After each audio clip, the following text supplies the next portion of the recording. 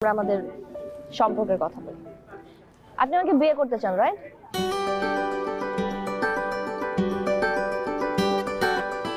বাবা প্রস্তাব দিয়েছেন, আমি রাজি রাজি। আমার আপত্তি নেই। ইনফ্যাক্ট আমার আরো ভালো লেগেছে আপনি নিয়ে বিনিয়ে প্রেমের প্রস্তাব না দিয়ে ডাইরেক্ট বিয়ের প্রস্তাব দিয়ে। আপনি রাজি? জি, আমি রাজি, কিন্তু আমার একটা শর্ত আছে। জি বলুন, কি শর্ত? আমি যৌতুক দিয়ে বিয়ে করব না, যৌতুক নিয়ে বিয়ে করব।